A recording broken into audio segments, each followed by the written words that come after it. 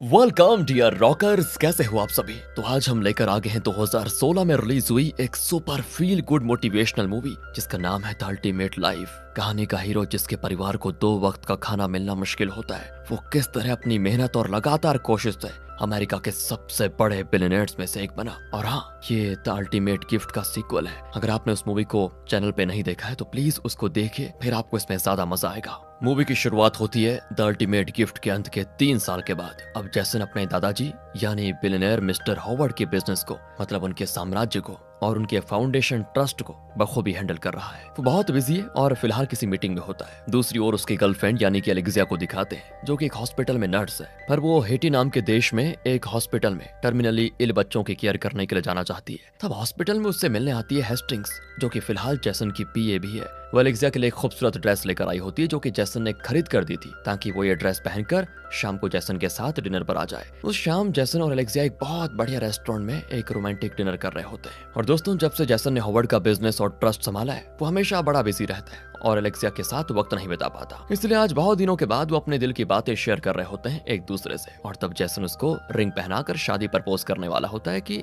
एक आदमी उसके हाथ में एक लेटर पकड़ाता है। असल में ये कोर्ट नोटिस है, क्योंकि जैसन के ताऊ, चाचा, बुआ इन सब ने दावा किया कि ये बिजनेस और ट्रस्ट उनके पिता की मेहनत की कमाई है और उसमें उन सब का भी शेयर होना चाहिए। जैसन अकेला ही इन दोनों का हकदार नहीं हो सकता। जैसन को बड़ा गुस्सा आता है, क्योंकि उनके जीते जी तो इन लोगों ने उनके लिए कुछ किया नहीं था, लेकिन अब देखो पैसों के लालच में ये लोग कोर्ट तक जा रहे हैं। अगले दिन वो कोर्ट में अपना दावा सामने रखते हैं, लेकिन जैसन कहता है कि दादाजी ने इसे मेरे नाम किया है, क्योंकि उन्हें आप लोगों पर जरा भी विश्वास नहीं था। उन्हें पता था कि आप लोग उनके पैसे को उड़ा दोगे और कंपनी और ट्रस्ट को कहीं न कहीं छोड़ ही दोगे, इसीलिए उन्होंने मुझे ये जिम्मेदारी दी है। अब दोनों पक्षों को सुनने के बाद केस कल तक के लिए स्थगित किया जाता है। फिर एलेक्सिया जैसन से मिलने उसके ऑफिस आती है और तब जैसन अपने केबिन से उसको देखकर बाहर आ जाता है। वो काफी टेंशन में भी होता है, क्योंकि कल कोर्ट में उसे प्रूफ के तौर पर कई डॉक्यूमेंट सबमिट करने हैं। उसी की मीटिंग एंड डिस्कशन चल रही है। वो पूछता है कि क्या हो गया, कोई इंपॉर्टेंट बात है क्या। दोस्तों, वैसे पता है क्या, कुछ दिनों से इन दोनों के बीच ना छोटी सी दरार पड़ रही है। पहले की तरह इनके बीच उतनी नजदीकियां नहीं है अब, क्योंकि जैसन बस ट्रस्ट का काम ही करता रहता है। एलेक्सिया से बात करने तक की उसे फुर्सत नहीं होती।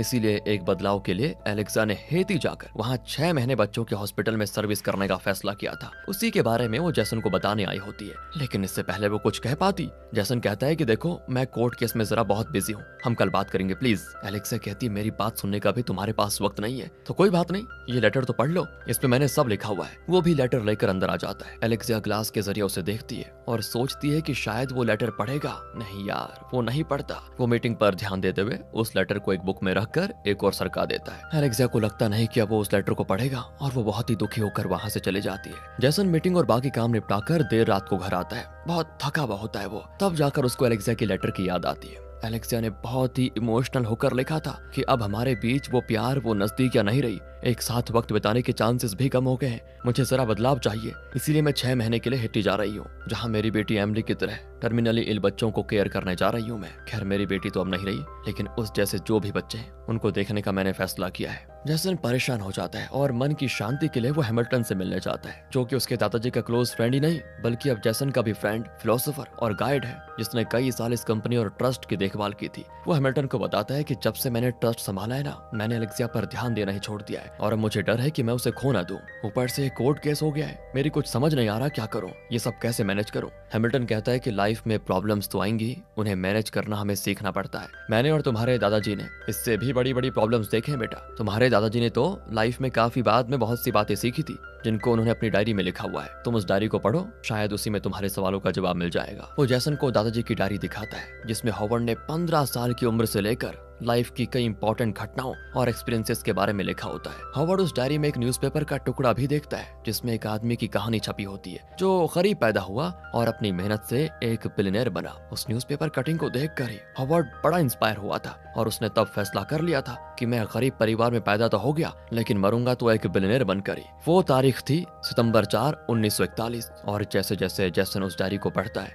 हमें फ्लैशबैक में उसके दादाजी हॉवर्ड को दिखाते हैं। हॉवर्ड एक आइस कंपनी में काम करता है और जगह जगह जाकर आइस बार सप्लाई करता है। हाल ही में उसे स्कूल भी छोड़ना पड़ा था बेचारे को, क्योंकि उसका परिवार बहुत ही मुश्किल हालात से गुजर रहा होता है और उसे घर में कुछ पैसे लाने के लिए स्कूल छोड़कर काम करना पड़ रहा है। एक दिन वो आइस बार लेकर जा रहा होता है तो उसकी उम्र के कुछ अमीर बच्चे जानबूझकर हॉर्न बजाते हैं और हॉवर्ड घबराकर आइस बार गिरा देता है। तब वो उसका मजाक भी उड़ाते हैं। उन्हें देखकर हॉवर्ड उदास हो जाता है कि यार क्या जिंदगी है। तरस जाता है कि मैं कब इनकी तरह अच्छे कपड़े पहनूंगा और कब ऐसी कार में सफर करूंगा और कब मेरी लाइफ सुधरेगी। तब उसको एक न्यूज़पेपर दिखता है जिसमें हेडलाइंस में लिखा होता है कि एक बहुत ही गरीब आदमी किस तरह से बिलियनर बना। पर हेडलाइंस देखते ही ना उसकी आंखें अटक जाती हैं और फिर उस पूरी कहानी को वो पढ़ने लगता है और इस पॉइंट से लेकर उसके अंदर जोश पकड़ लेता है और उसे इस आदमी की कहानी से मोटिवेशन मिलती है कि गरीब इंसान भी बिलियनर बन सकता है और मैं वो बिलियनर बनकर दिखाऊंगा। वो बार बार उस आर्टिकल को पढ़ता है और घर आ जाता है। घर पर उसके पिता, उसकी एक बहन और एक भाई है। सभी बैठकर डिनर कर रहे होते हैं।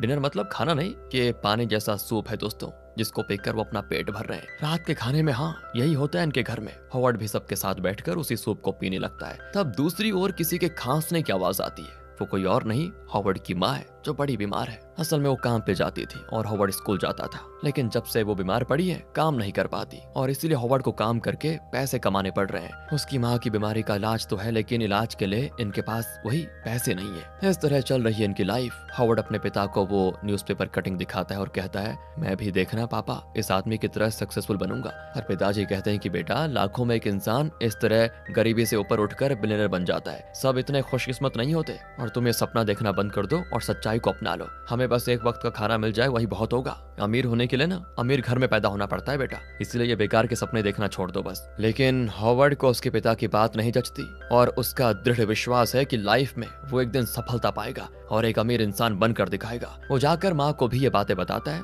तो वो बड़ी खुश होती है, लेकिन कहती है बिलियनर बनने के सपने छोड़ो, मैं जल्दी ठीक हो जाऊंगी फिर काम पे चले जाऊंगी बेटा, तब तुम स्कूल भी जा पाओगे और तुम्हें काम करने की भी जरूरत नहीं पड़ेगी। लेकिन हॉवर्ड स्कूल जाना चाहता ही नहीं। उसके माइंड में अब सिर्फ एक ही बात स्वर्ण अक्षरों में लिख चुकी है और वो है पैसा, सिर्फ पैसा। वो कहता है कि आप फिक्र मत कीजिए माँ, मैं जल्द ही हमारे परिवार को गरीबी से ऊपर उठाऊंगा और आपका इलाज भी करवाऊंगा, देखना आप। अगले दिन हॉवर्ड घर पर एक लेटर छोड़कर निकल जाता है जिसमें उसने लिखा होता है कि मैं काम की तलाश में टेक्सास जा रहा हूँ, जल्द ही एक सफल इंसान बनकर लौटूंगा। वो टेक्सास जाने के लिए रेलवे स्टेशन पहुंचता है पर उसके पास टिकट के पैसे तो है नहीं। फिर भी बिना टिकट चढ़ने के लिए वो छुप छुप कर जा रहा होता है और तब एक आदमी उसे पकड़कर खींचता है और कहता है कि सुन भाई अभी मत जा, खतरा है वहां पर। वहां टीटीआर खड़ा होता है जो ट्रेन से किसी को बाहर घसीट कर पेट रहा होता है। लगता है वो बिना टिकट के ट्रेन में चढ़ गया था। फिर ट्रेन चलना शुरू कर देती है और तब वो कहता है कि चलो अब। दोनों ट्रेन की ओर भागने लगते हैं, लेकिन तब टीटीआर देख लेता है और इनका पीछा करना शुरू करता है। वो आदमी तो चलती ट्रेन में चढ़ जाता है, लेकिन ये हॉवर्ड पीछे रह जाता है। पर इससे पहले कि टीटीआर उसे पकड़ता,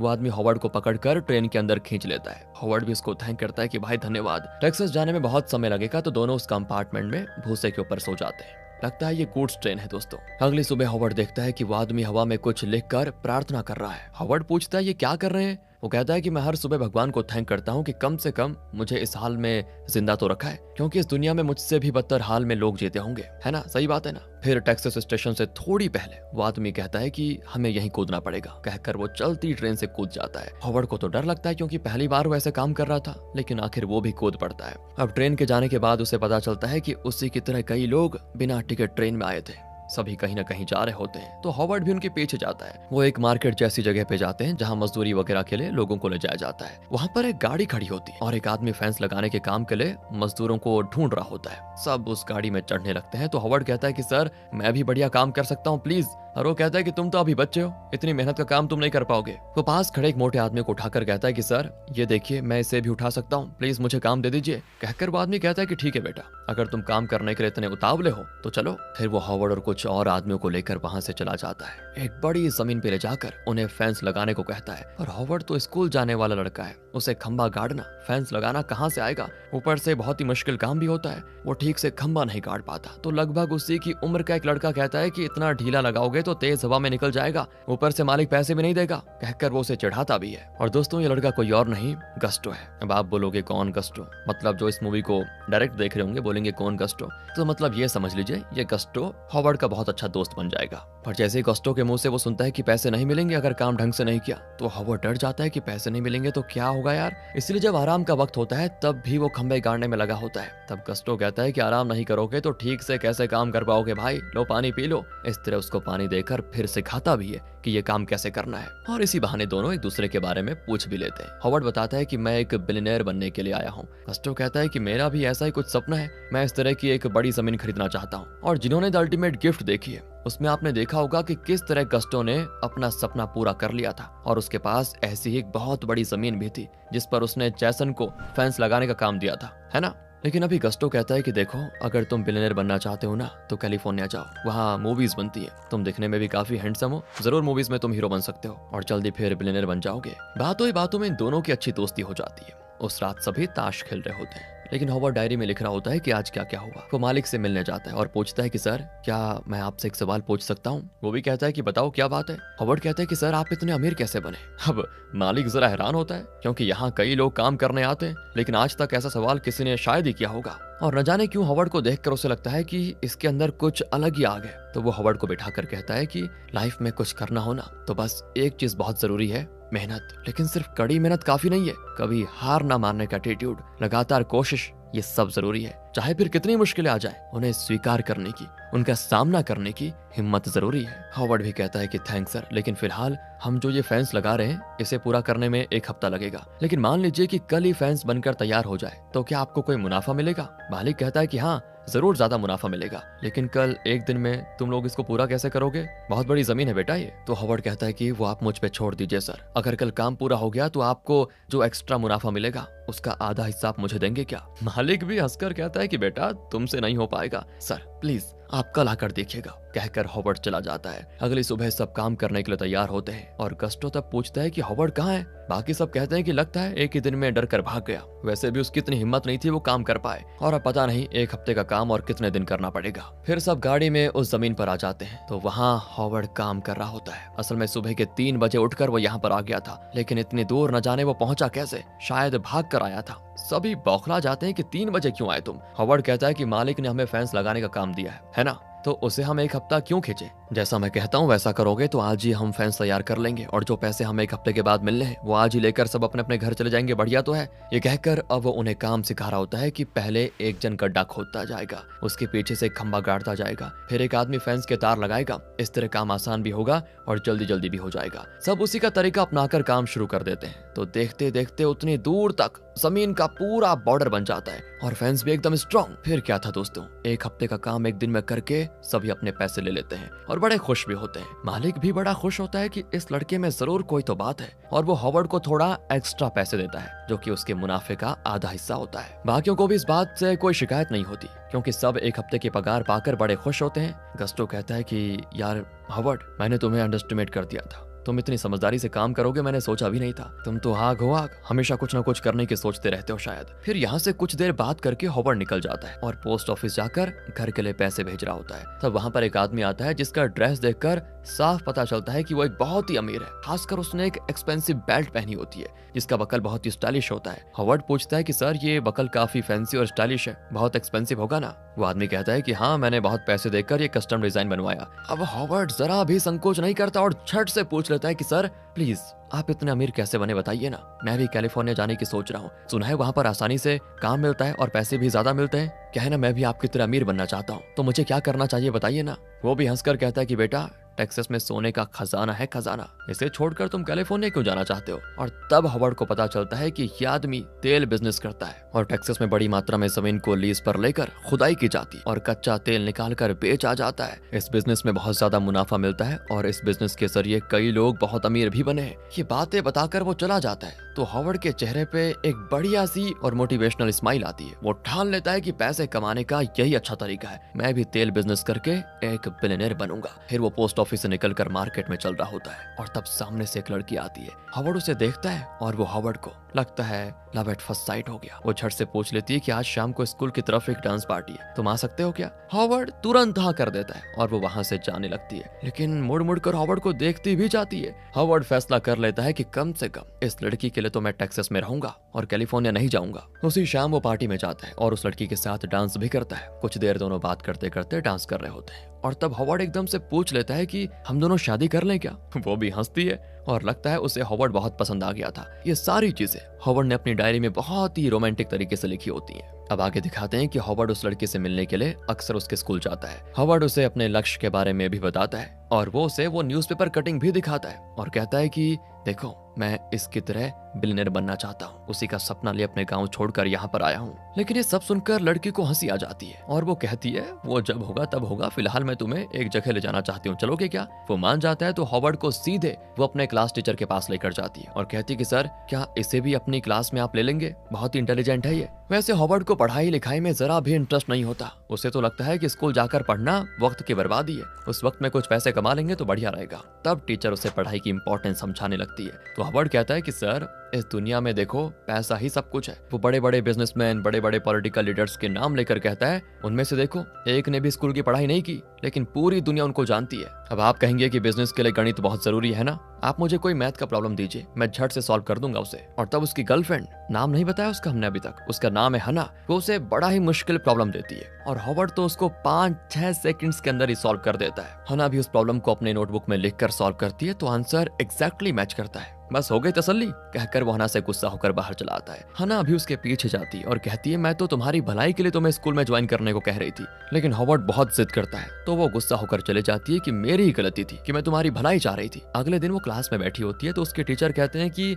एक नया बच्चा आया है हमारी क्लास में, सब उसका स्वागत करो। और हना मुड़कर देखती है तो वो कोई और नहीं, हॉवर्ड होता है। हना की खातिर उसने स्कूल भी ज्वाइन कर लिया था। देखा दोस्तों, प्यार की ताकत। दोनों अब और क्लोज हो जाते हैं। रात को हॉवर्ड अपने हॉस्टल में पढ़ाई करता है। हना उसे अपने घर भी ले जाती है और अपने पेरेंट्स से मिलवाती है। सभी बैठकर खाना खाते हैं और फिर हॉवर्ड उसको एक रिंग देकर प्रपोज तक कर देता है। एक दिन वो रेस्टोरेंट में होते हैं तो रेडियो में अनाउंस किया जाता है कि जापानीज आर्मी ने अमेरिका पर हमला बोल दिया, हमें आर्मी में सोल्जर्स की जरूरत है, नौजवानों को चाहिए कि वो देश की सुरक्षा की खातिर आर्मी ज्वाइन करे। अब हॉवर्ड सोच लेता है कि वो आर्मी ज्वाइन करेगा तो जब वो हना के घर जाकर उसे बताता है तो वो तो रोती है कि तुम मत जाओ, तुम्हारी जान को खतरा होगा। लेकिन हॉवर्ड जिद करता है कि अपने देश के लिए हम नहीं लड़ेंगे तो और कौन लड़ेगा, मैं तो जरूर जाऊंगा। इस बात पर दोनों की बहस भी होती है और हना तो उसका दिया हुआ रिंग तक निकाल फेंकती है। हॉवर्ड कहता है कि अच्छा ये बात है तो सुन लो, मुझे तुम्हारी भी कोई जरूरत नहीं है, मुझे भूल जाओ, कहकर वो चला जाता है वहां से। हना तो हॉवर्ड से बहुत प्यार करती है और उससे जुदा नहीं होना चाहती तो वो रोते हुए घर के अंदर जा रही होती है कि अचानक मुड़कर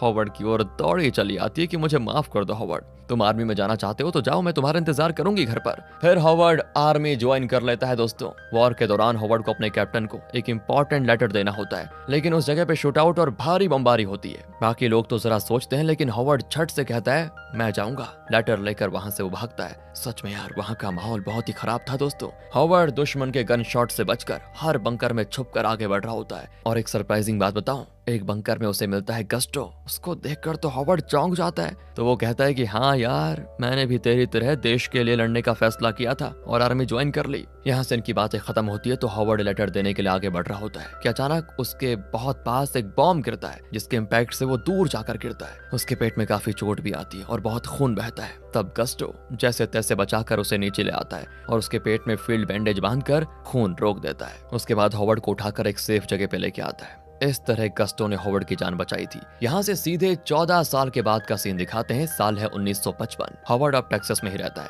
और उसने एक बहुत बड़ी जमीन खरीदी है जिसमें वो कई जगहों पर बोर लगाकर कच्चा तेल निकालने की कोशिश कर चुका है, लेकिन उसे अब तक कहीं पे भी तेल नहीं मिला। इस वजह से वो बहुत ही परेशान रहता है कि क्या करूं। और इन 14 सालों में उसने हना से शादी भी कर ली थी और उनके 3 बच्चे भी हैं। अब क्योंकि अभी तक कहीं तेल नहीं मिला तो घर में आमदनी भी नहीं आती। हना कहती कि तुम कितने दिन उस जमीन के भरोसे बैठे रहोगे, घर की हालात, बच्चों की देखभाल, इन सब का ख्याल नहीं है क्या तुम्हें? कोई और नौकरी क्यों नहीं कर लेते? और हॉवर्ड तो तेल निकालने के चक्कर में ना हना पर ध्यान देता और ना अपने बच्चों के साथ वक्त बिताता। हना कहती कि मेरी छोड़ो, कम से कम अपने बच्चों के साथ तो जरा हंस खेल लिया करो, वो लोग तुम्हारे साथ रहने को तरस जाते हैं। तब जाकर हॉवर्ड अपने बेटों के साथ कुछ देर वक्त बिताता है, खेलता है। उसका बेटा कहता है कि पापा, आपको तो बॉल भी ठीक से डालना नहीं आता, मैं बॉल फेंकने में एकदम एक्सपर्ट हूँ, पता है आपको? और दोस्तों, जब वो एक्सपर्ट शब्द कहता है तब जाकर हॉवर्ड को रियलाइज होता है कि इतने दिन वो बस अंदाजे से जमीन पर यहाँ वहाँ खुदवा रहा था। उसे इस काम में एक एक्सपर्ट की मदद लेनी होगी। अगले दिन वो एक जियोलॉजिस्ट को बुलाकर अपनी जमीन की जांच करवाता है। वो अपने किसी डिवाइस से चेक करता है और बहुत देर जमीन को पूरी तरह जांच करने के बाद बताता है कि यहाँ पे खोदो, यहाँ तेल मिलेगा। हॉवर्ड एग्जैक्टली वहीं पे खुदवाता है और यहाँ से सीधे कट करके दिखाते हैं कि हॉवर्ड घर आता है और वो भी कच्चा तेल में नहाकर। उसे इस हाल में देखकर हना की खुशी का ठिकाना नहीं होता। वो लिपट जाती है उससे और बच्चों से कहती है, आ जाओ बेटा, अब हमारी सारी मुश्किलें दूर हो जाएंगी, हम अमीर बनने वाले हैं। हॉवर्ड उसी होली में गस्टो को देखने जाता है। वो कार में आ रहा होता है तो हॉवर्ड उसको रोक कर कहता है कि यार तेल मिल गया। खुशी के मारे उसके मुंह से और कुछ निकलता ही नहीं। हॉवर्ड के लिए गस्टो भी बड़ा खुश होता है। कुछ दिन के बाद दिखाते हैं कि सिर्फ उस एक ऑयल रिग में से वो रोज का कम से कम 500 बैरल तेल निकाल रहे होते हैं। उस जमाने में एक बैरल का रेट होता था $2, मतलब एक हॉवर्ड, मतलब हॉवर्ड की एक दिन की कमाई हो गई थी $1000। पर हॉवर्ड यही नहीं रुकता कि इसी तरह जमीन के हर कोने में वो तेल का पता लगाएगा और उन ऑयल रिग्स में से वो मिलियंस कमाएगा। फिर वो अपने वर्कर से हिसाब किताब मांगता है कि अभी तक कितने बैरल का तेल निकला। और तब वहां पर 2 कार्स आती हैं। एक आदमी आकर हॉवर्ड को एक कोर्ट ऑर्डर देकर जाता है। दरअसल हॉवर्ड ने जिस आदमी से जमीन खरीदी थी उसने अब दावा किया है कि इस जमीन में जो तेल निकल रहा है उसका 50% मुनाफा उसे चाहिए। उसी का कोर्ट नोटिस है ये। अब कोर्ट में हॉवर्ड की तरफ से लड़ने के लिए एक लॉयर चाहिए, तो वो टेलीफोन बूथ में जाता है जहाँ कई सारे कॉन्टैक्ट नंबर्स की लिस्ट होती है। उनमें से एक लॉयर का नंबर निकालकर हॉवर्ड उसे कॉल करता है और बताता है कि 2 साल पहले मैंने एक आदमी से जमीन खरीदी थी, पर अब वो ये कह रहा है कि जमीन भले ही मैंने बेच दी थी, लेकिन यहाँ का मिनरल रिसोर्सेस में उसका अभी भी 50% शेयर होना चाहिए, क्योंकि ये कानून में लिखा हुआ है। तो क्या आप मेरी कुछ मदद कर पाएंगे? वो लॉयर कहता है कि ठीक है, मैं तुम्हारा केस लड़ूंगा, तुम जमीन के डॉक्यूमेंट्स वगैरह लेकर आ जाना, मैं तुम्हें कोर्ट में मिल जाऊंगा। हॉवर्ड भी केस के दिन कोर्ट जाता है। वहाँ पे एक आदमी उससे मिलने आता है। यही है वो लॉयर जिससे हॉवर्ड की बात हुई थी, और ये कोई और नहीं, फ्यूचर में उसका बेस्ट फ्रेंड और पार्टनर बनने वाला हैमिल्टन है। इस तरह हुई थी इन दोनों की पहली मुलाकात। हॉवर्ड के डॉक्यूमेंट्स वगैरह पढ़ने के बाद हैमिल्टन उस पिछले ओनर के लॉयर से बात करता है और कहता है कि सर, डॉक्यूमेंट्स एकदम क्लियर हैं। आपके क्लाइंट ने मेरे क्लाइंट को 2 साल और 3 महीने पहले ये जमीन बेची थी, और कानून के हिसाब से 2 साल के अंदर अगर इस जमीन में कोई मिनरल रिसोर्सेस निकले तो उसमें आपके क्लाइंट को 50% हक मिलता। लेकिन अभी तो 2 साल 3 महीने हो चुके हैं, इसीलिए आपका क्लाइंट ये दावा नहीं कर सकता। अगर आप इस केस को कोर्ट में लेकर जाएंगे तो जज की डांट जरूर पड़ेगी तुम्हें कि तुमने कानून पढ़ा या फिर नहीं। अब आप ये फैसला कर लीजिए कि क्या करना है। उस लॉयर की बोलती बंद हो जाती है और वो अपने क्लाइंट को डांटता है कि ये बात तुमने मुझे पहले क्यों नहीं बताई। इस तरह ये केस जज तक पहुंचता ही नहीं और हैमिल्टन ने आउट ऑफ कोर्ट ही मामला सेटल कर लिया था। हॉवर्ड बड़ा इंप्रेस हो जाता है उसकी काबिलियत को देखकर और कहता है कि तुम मुझे बहुत अच्छे लगे हैमिल्टन, क्या तुम मेरे साथ लाइफ लॉन्ग मेरे लॉयर बनकर रहोगे? सैलरी जितनी मांगोगे दे दूंगा। और हैमिल्टन को भी हॉवर्ड का एटीट्यूड बहुत जच जाता है और वो मान जाता है। इस तरह शुरू हुई थी इनकी फ्रेंडशिप। इसके 13 साल के बाद हॉवर्ड ने अपनी जमीन पर एक बहुत बड़ा ऑयल प्लांट लगा दिया और अब वो करोड़पति है दोस्तों। दिन में लाखों बैरल्स तेल निकाला जाता है। हैमिल्टन उसके साथ ही होता है और उसके टोटल 4 बच्चे हो चुके हैं और सभी बड़े खुश भी हैं, सभी बड़े भी हो चुके हैं। लेकिन अब वो अमीर घर के बच्चे तो पैसों में खेलते हैं, पर दिक्कत यह है कि न माँ की सुनते हैं न बाप की, और ना किसी की रिस्पेक्ट करते हैं। हमेशा फ्रेंड्स के साथ शहर घूमते हैं, पार्टीज करते हैं, महंगे महंगे शौक है उनके, लेकिन पापा को देखते सब एकदम अच्छे बच्चों की एक्टिंग करते हैं। बेटी तो प्यार से बातें करके हॉवर्ड की जेब से पैसे भी ले लेती है। फिर हना हॉवर्ड को बताती है कि देखो हमारे बच्चे हाथ से निकले जा रहे हैं, तुम उनको जरा डांटते क्यों नहीं? लेकिन हॉवर्ड उन्हें कुछ नहीं कहता, लेकिन हाँ उसे भी एहसास है कि बच्चे बिगड़ गए हैं। फिलहाल उसे बिजनेस के सिलसिले में कैलिफोर्निया जाना होता है, तो वो हना से कहता है कि मेरी चीजें पैक कर दो, कहकर वो ये चला जाता है। हना एकदम अकेला महसूस करती है क्योंकि अब ये परिवार नहीं रहा। सब अपनी धुन में मस्त हैं, साथ बैठकर प्यार की 2 बातें करने का ना बच्चों के पास टाइम है और ना हॉवर्ड के पास। और तो और अब इनके पास पैसा है, लेकिन खुशी लुट चुकी है इनकी। अगले सीन में हॉवर्ड और हैमिल्टन कैलिफोर्निया में होते हैं और ये लोग अपनी खुद की एक ऑयल रिफाइनरी खरीदने के सिलसिले में यहाँ पर आए हुए हैं, क्योंकि अपनी रिफाइनरी होगी तो हॉवर्ड अपना कच्चा तेल खुद रिफाइन करके बेच सकेगा, जिससे मुनाफा और बढ़ेगा और एक बिलियनर बनने का उसका सपना भी जल्दी पूरा हो जाएगा। लेकिन जो आदमी इनको रिफाइनरी बेचने वाला है ना, रिसेंटली उसकी रिफाइनरी में आग लग गई थी, जिसकी वजह से उसे काफी नुकसान हुआ। इस वजह से वो बहुत ही कम दाम में अपनी रिफाइनरी बेचेगा, इसी उम्मीद में ये लोग यहाँ पर आए हैं। लेकिन बिजनेस में हॉवर्ड और उसके बीच एक तरह की राइवलरी भी है, जिसकी वजह से वो इस डील पे साइन करने में जरा खींचातानी करता है और कहता है कि मुझे इस डील के बारे में सोचने के लिए वक्त चाहिए, आप लोग 2-3 दिन का वेट कीजिए, 3 दिन में क्रिसमस भी है तो तब डिसाइड करते हैं। खैर 3 दिन रुकने का ये डिसाइड करते हैं। यही सोचकर दोनों वहीं के एक होटल में रुक जाते हैं। 3 दिन बीत जाते हैं, लेकिन अब तक उस ओनर की तरफ से कोई फैसला नहीं आता। हैमिल्टन कहता है कि मुझे नहीं लगता कि वो आदमी क्रिसमस से पहले अपना फैसला बताएगा, तुम वापस जाओ और अपनी फैमिली के साथ क्रिसमस सेलिब्रेट करो, यहाँ मैं देख लूंगा। और यहाँ पर पता चलता है कि हैमिल्टन की शादी हो चुकी थी लेकिन उसकी वाइफ चल बसी थी। अब उसके घर में सिर्फ उसकी माँ है, इसीलिए वो चाहता है कि कम से कम हॉवर्ड अपने परिवार के साथ क्रिसमस सेलिब्रेट करे। लेकिन हॉवर्ड कहता है कि नहीं नहीं, मैं ये डील क्लोज किए बिना यहाँ से नहीं जाऊंगा, तुम जाओ और क्रिसमस के दिन अपनी माँ के पास रहो। और कोई रास्ता न पाकर हैमिल्टन भी निकल जाता है। क्रिसमस भी खत्म होता है और तब रिफाइनरी का ओनर आता है। उसने कॉन्ट्रैक्ट एग्रीमेंट पर साइन भी कर दिया था। वो कहता है कि 20 साल पहले मुझ में भी तुम्हारी तरह बिजनेस में कुछ कर दिखाने का जोश था। अब तुम में वो जोश देखकर मुझे बड़ी खुशी हुई। मुझे लगा कि तुम इंतजार नहीं करोगे, चले गए होंगे, लेकिन तुम जिद्दी निकले, बिल्कुल मेरी तरह। तुम जरूर कुछ बड़ा कर दिखाओगे। ये लो कॉन्ट्रैक्ट, और अब तुम भी अमेरिका के गिने चुने बिलियनेयर्स में से एक हो जाओगे। कांग्रेचुलेशंस। अगले दिन न्यूज़पेपर में हॉवर्ड के बारे में एक आर्टिकल छपा होता है कि उसने एक ऑयल रिफाइनरी खरीदी है और अब वो भी अमेरिका का एक बिलियनेयर है। ये पढ़कर वो बड़ा खुश होता है क्योंकि यही देखने को तो उसकी आंखें तरस रही थी बचपन से। तब उसे कॉल आता है और वो तुरंत अगली फ्लाइट में वापस लौट आता है। हना तो रो रही होती है। फिर पता चलता है कि हैमिल्टन का कार एक्सीडेंट हो गया था जिसमें उसकी दोनों किडनीज डैमेज हो चुके थे। पर हमें भूलना नहीं चाहिए, हॉवर्ड की सफलता का एक बहुत बड़ा अहम कारण है हैमिल्टन। उसे इस हाल में देखकर हॉवर्ड तो टूट जाता है और उस रात वो रोते हुए इस बारे में अपनी डायरी में भी लिखता है। तब वो हैमिल्टन की रिपोर्ट्स देखता है जिसमें उसका ब्लड ग्रुप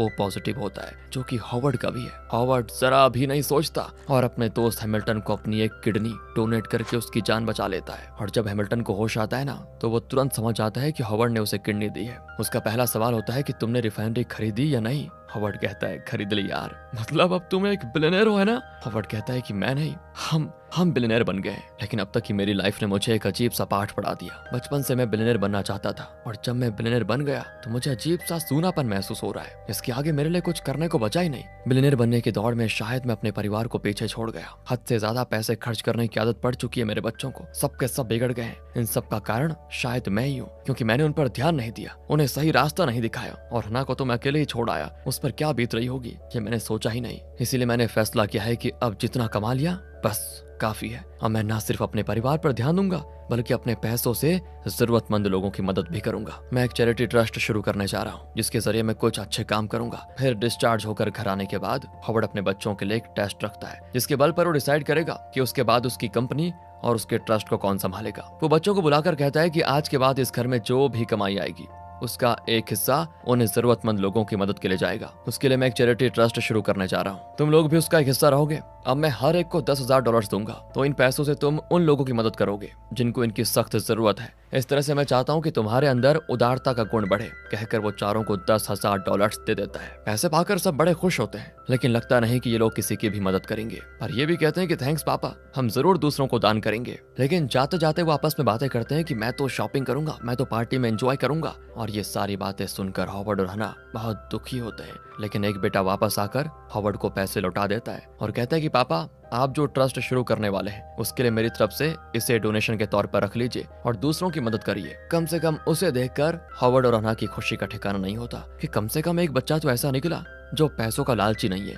और दूसरों की मदद करना चाहता है। हॉवर्ड उसको शाबाशी देता है और ये बच्चा कोई और नहीं, जैसन का पिता है दोस्तों। इसीलिए हॉवर्ड ने फैसला किया था कि उसके बाद उसके बिजनेस और उसके ट्रस्ट की जिम्मेदारी वो जैसन के पिता को ही देगा। लेकिन जब वो प्लेन क्रैश में मारा गया तो हॉवर्ड को विश्वास था कि यही अच्छा गुण और यही उदारता उसके बेटे जैसन में भी होगी। इसीलिए उसने जैसन को इतने टास्क दिए और उसे अपनी प्रॉपर्टी का वारिस बनाना चाहता था। वो ये सारी बातें दादाजी की डायरी में पढ़कर जैसन रियलाइज करता है कि उसके पापा ही दादाजी के चहते बेटे थे। और तब वहां पर हैमिल्टन आता है। दादाजी की डायरी पढ़कर जैसन को बहुत सीखने को मिला और अब उनमें से एक इम्पोर्टेंट सीख ये है कि बिजनेस, ट्रस्ट, पैसा, इन सबसे जरूरी है परिवार। उसकी उलझन लगभग दूर हो चुकी थी। हैमिल्टन कहता है कि कल कोर्ट में केस है ना, उसे मैं देख लूंगा। तुम सबसे पहले जाकर एलेक्सिया से मिलो, उससे बात करो, उसे समझाने की कोशिश करो, उसे अपनी बात समझाओ, चाहे कितनी महीने क्यों न लग जाए, मैं यहाँ मैनेज कर लूंगा। जैसन का जी हल्का हो जाता है और वो सीधे हेटी चला जाता है। एलेक्सिया से बात करने की कोशिश करता है तो वो कहती है तुम्हारे भरोसे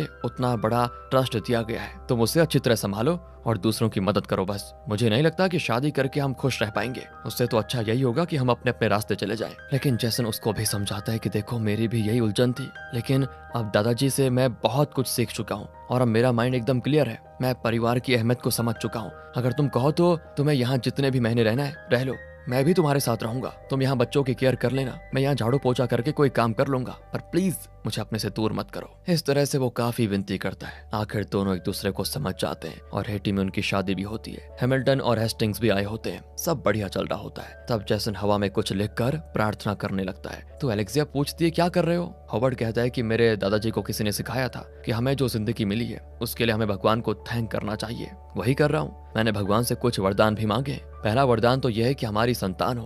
अब इस पर एलेक्स हंसती है और इसी हैप्पी मोमेंट के साथ ये मूवी यहाँ पर खत्म हो जाती है। वेल दोस्तों, अगर आपको ये वीडियो अच्छी लगी हो, स्टोरी अच्छी